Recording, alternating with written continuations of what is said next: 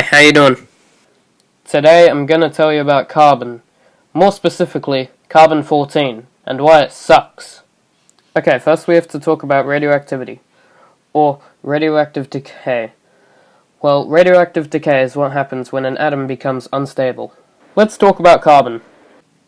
How does carbon become unstable? Well, carbon hates this one kid called nitrogen-14. So when carbon is in the atmosphere, sometimes he sees nitrogen, and he has a hissy fit and takes some of nitrogen's neutrons. Then he gets super aggressive and becomes carbon-14.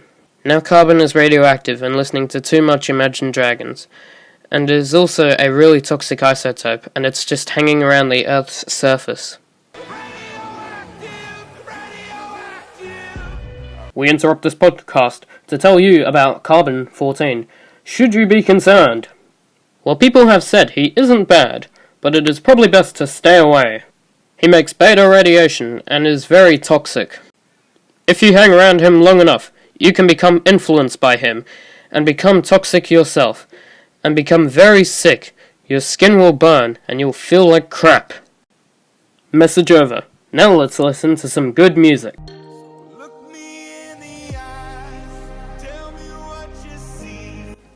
Oh, you piece of...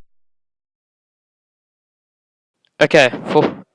Recording this when I'm sick, it's not a good idea.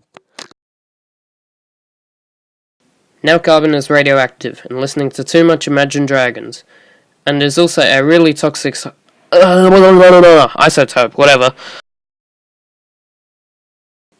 I hope the teacher isn't marking me on the quality of my bloody microphone.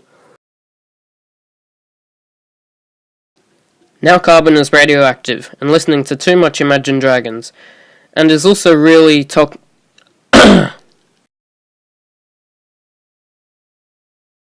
He makes gamma... Not gamma, you frick.